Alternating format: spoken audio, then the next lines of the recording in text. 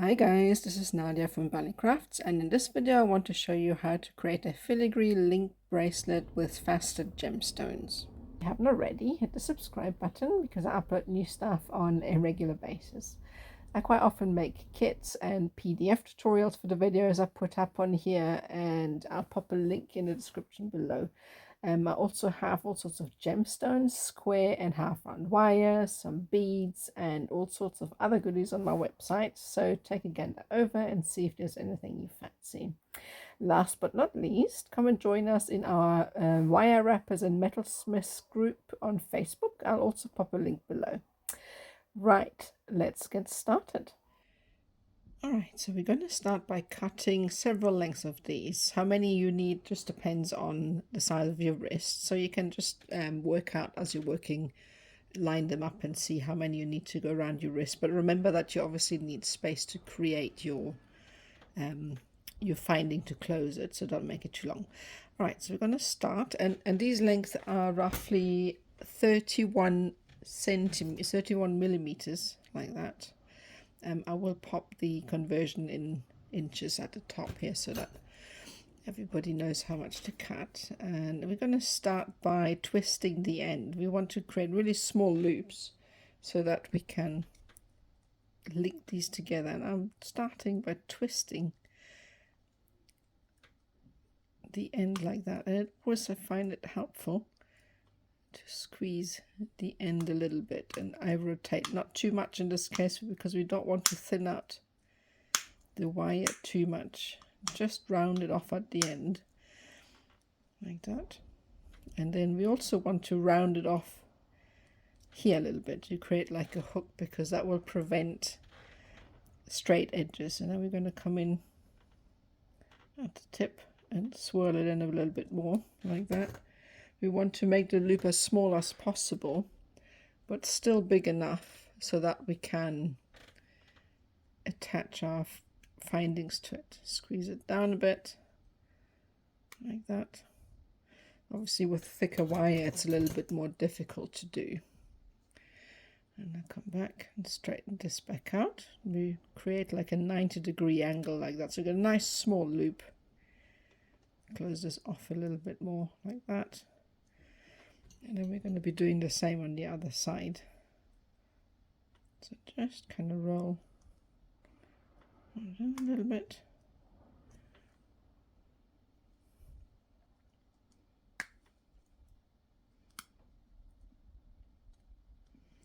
Like that. And squeeze a little bit too much. We want to try and avoid thinning out the ends too much.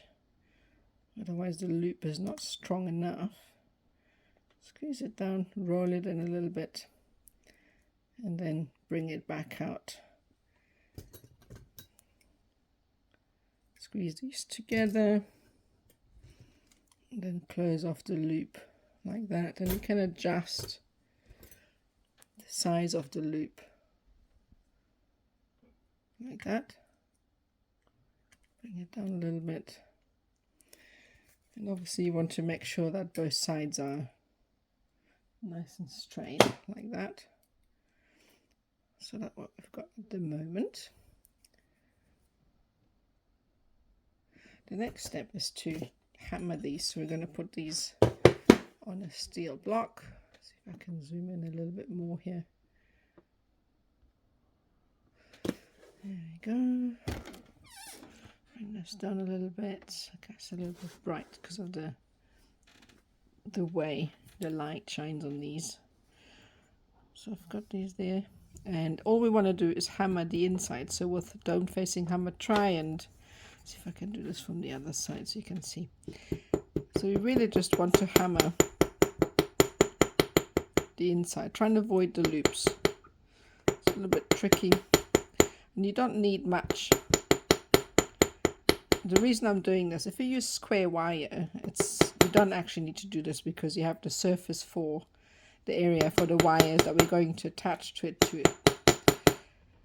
to wind around, so that they don't curl up. What happens is when you attach round wire around round wire, it's just going to swivel around.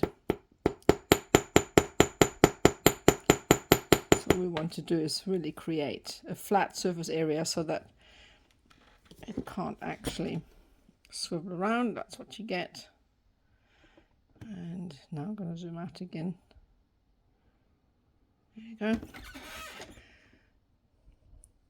And then we're going to attach our weaving wire to that and create the actual design itself. Alright, so next we're going to attach this wire here. We don't need wire on this side, on the upper. So what we're going to do is wrap this length around the post like that.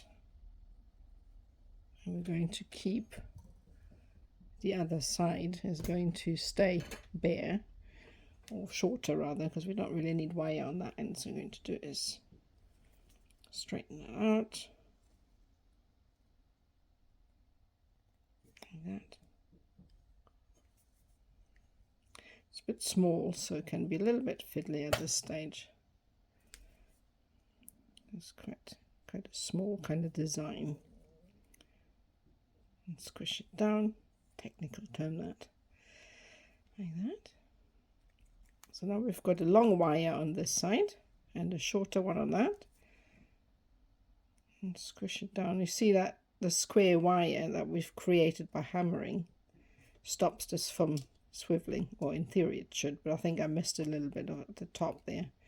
You just try and avoid the loops because I don't want to make the loops already bigger than they already are. So next we're going to do the same with the second wire. Kind of find a midpoint for that one and then attach like that. So you have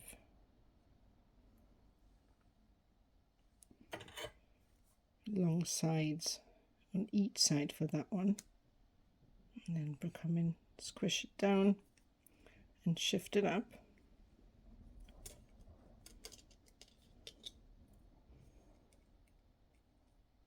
It's always going to be a little bit unstable at this minute because it's not really properly attached like that. So that's what we've got. Try and bring these shifties up as much as we can. So at the moment, this is what we've got. We can see this. So we're going to do with this wire, we want to also fold it across and have it sitting like that. So we've got in essence 3 wraps at the top like that, and as close to the top as you possibly can like that. So next what we're going to do is we're going to take this and we're going to create a tiny swirl. So that's the bottom wire. We're going to create a tiny swirl, try and keep the wire flat, and then we're going to go around like that. Very sort of a smooth kind of rotation. You want to create nice flowing curves like that. Bring it up a little bit and then just make it a little bit smaller. You don't want it too big because we're going to bring out another wire. So make it a little bit smaller like that. And that's what we've got at the moment. Next we're going to take the next wire in line and we're going to follow the shape. So try and keep it flat. So we don't want this square wire to twist. So I'm going to go around and follow, try and keep it zoomed in, follow that initial shape nicely so that it creates a nice flow like that. Nice little shape. Don't worry about this one yet, we'll attach it later. So right, so now it looks like that. Got both wires curled over the front, and then we want to create a little detail here. So open this up again, and we want to kind of swirl this wire round and then bring this up and around over the front to create this flowing kind of swirl over the top like that. And then do the same with the other wire. So come around, but this wire, I'm going to move this so it doesn't zoom in on that. So this wire is going to go on the inside. So very gently do the same thing like that. And then bring it round, so that creates nice little swirls here. And then we're going to attach both of these like that. So in essence, it's creating the swirl, and it comes around the base and wraps around the base, and that's what we've got at the moment. You see that? Next, we want to create a seat for the stone. So we're going to take the inner wire of these, and we're going to come in and create like a round sort of setting. So this is going to be for a 4mm stone. You could probably add a 5, but I think for those sort of small components it's a little bit too small. You can do that if you're going to create a bigger design with thicker wires. You could probably go for 5, but because it's so small, it wouldn't secure the stone properly. Right, so then we kind of squeeze this in like that, and then you can double check. So bring in my stones here, and I've got 4mm here, my beautiful garnets. Garnet's some of my favorites. I just love the color, especially the Mozambican one, which is nice, deep, rich red. So place this in the basket, and you want the swirl to be just big enough so that the stone sits on its edges without sticking out too much, because otherwise it's going to make a nice, thick, bulky setting. And then once the stone is kind of seated, you kind of roll the wire. Just take your time with that. Gently you swirl in a spiral, and you gently place the wire over the stone's edges like that, and that will seat the stone. So obviously take your time with that. It takes a little bit of practice. So once you have done that, we come round and we wrap the end around the loop at the bottom like that, and we squidge it down. Now that very highly technical term. Zoom it in, and then we'll just trim that off. So you want to try and trim off all wire bits on the top, because obviously you don't want, this is going to be the bottom, and you don't want anything to scratch your skin or anything like that. So try, if you're going to cut any wires, to cut them off at the top. So that's what we've got at the moment. So just take a moment and see if you're happy with the symmetry. And at this stage you can, you know, adjust and shape wires if you want to just change the way they look a little bit. And we're going to do the finishing bits and bobs in a second. So that's what we've got at the moment, and that's what it looks like from the back.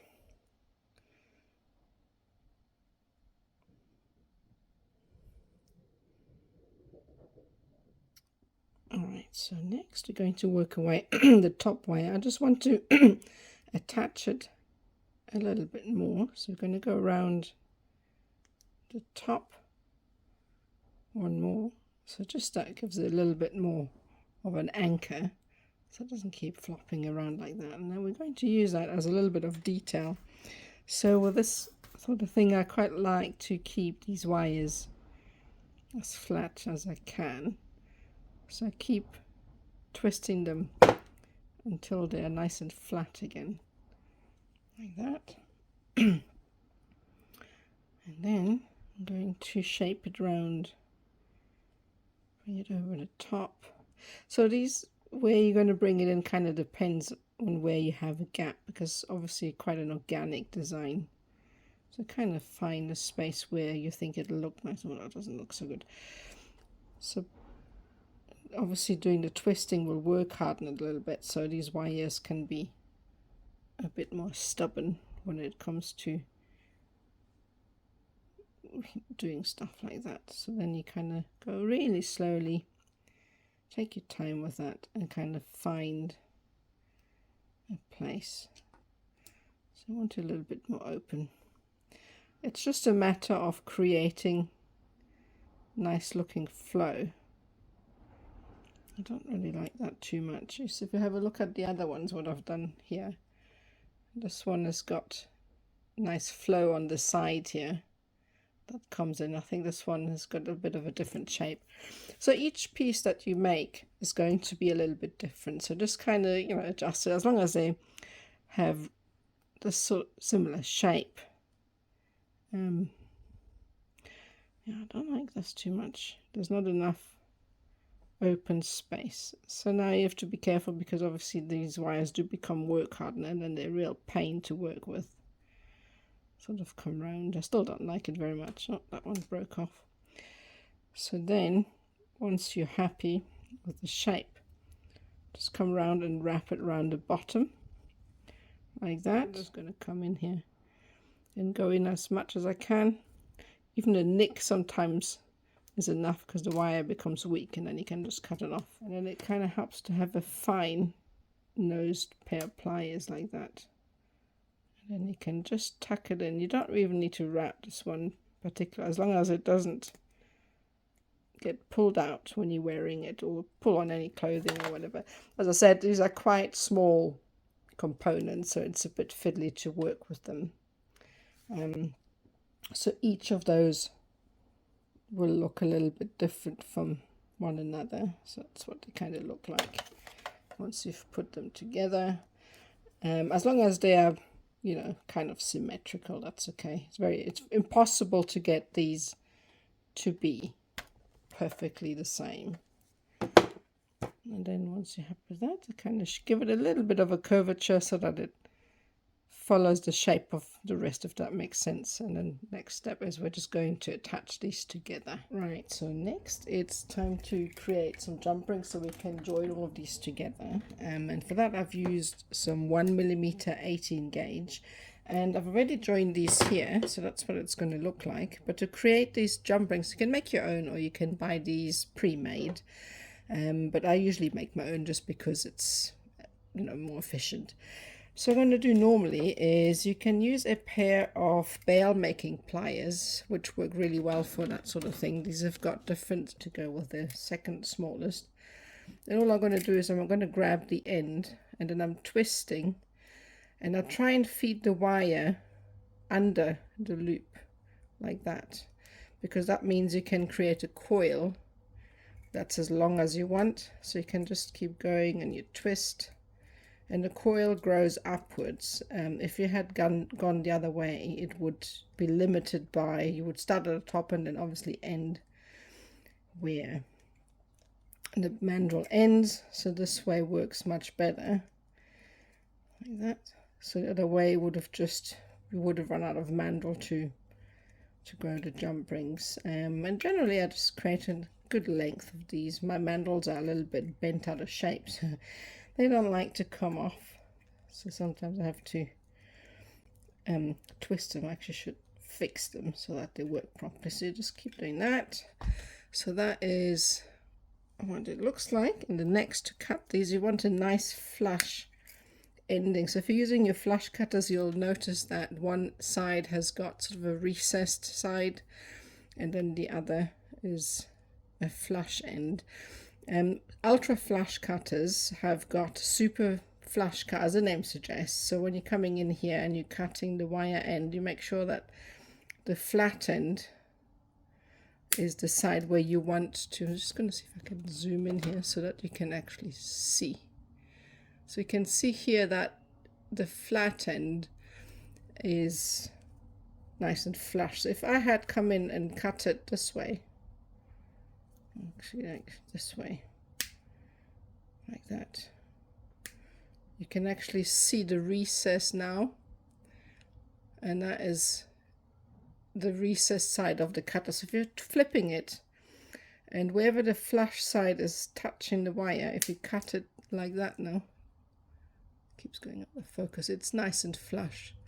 So that's why now when you're cutting the next coil, you need to flip your cutters and point it to where the other end of the jump ring is. So you come in here, make sure that I keep this in zoom, and you cut your jump ring like that, and you can see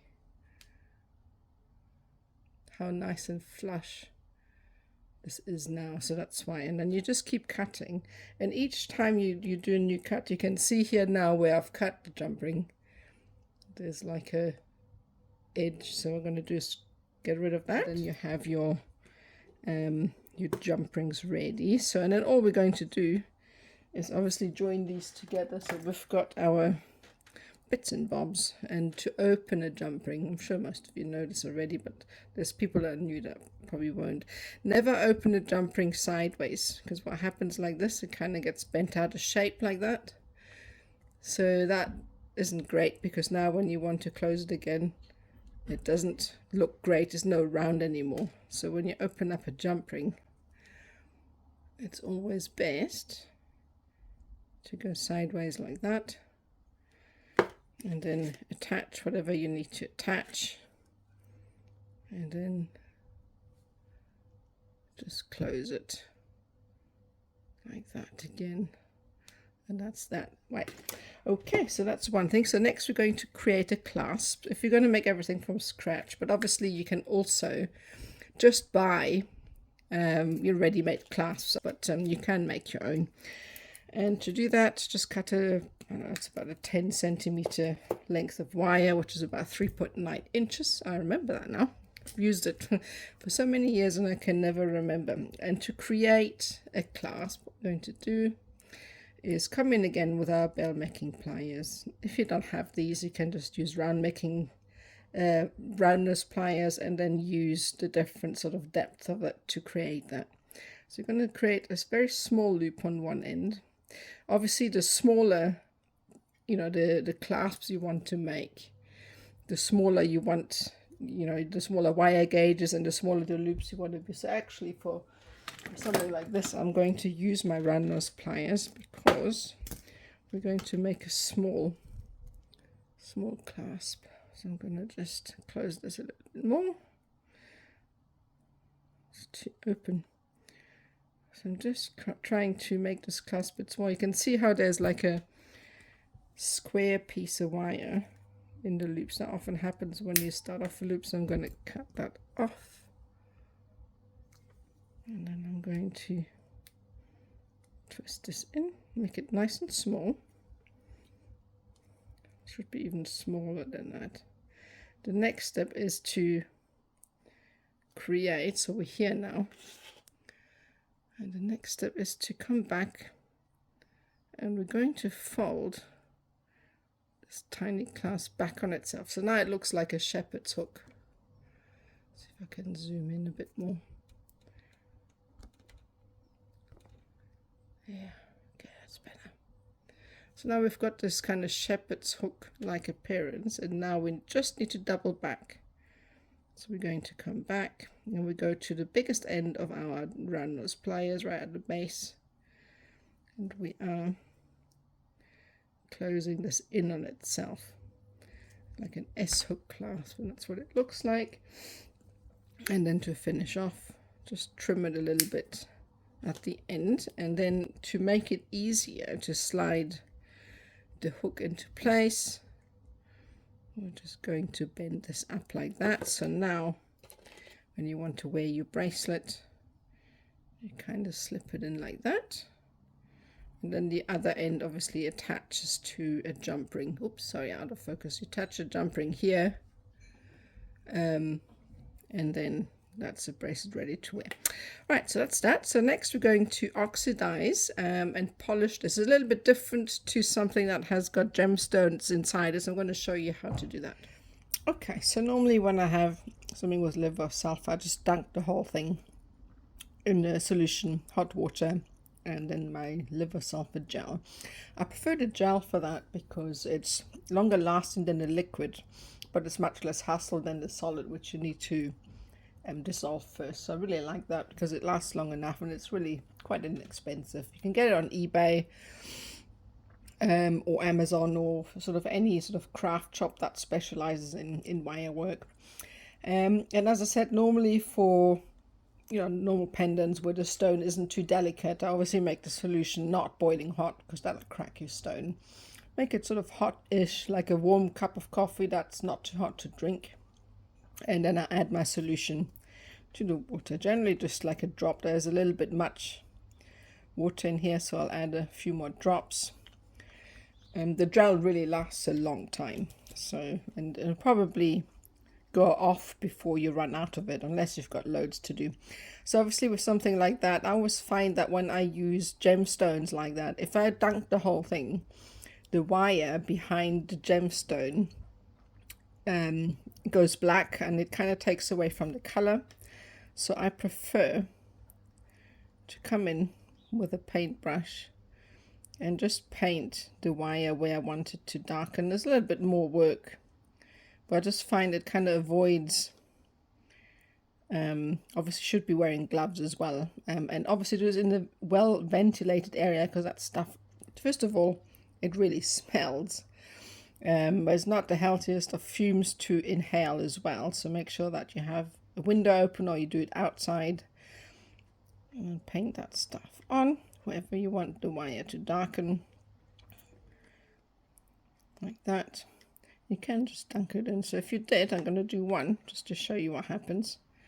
So put it in, and you need to leave it for about 30 seconds. So now remember, obviously, to remove any stones that you don't want damaged by the liver salt or even water. There's certain gemstones that don't do very well with water altogether. You can see how this one has already darkened nicely. See if I can keep this zoomed in.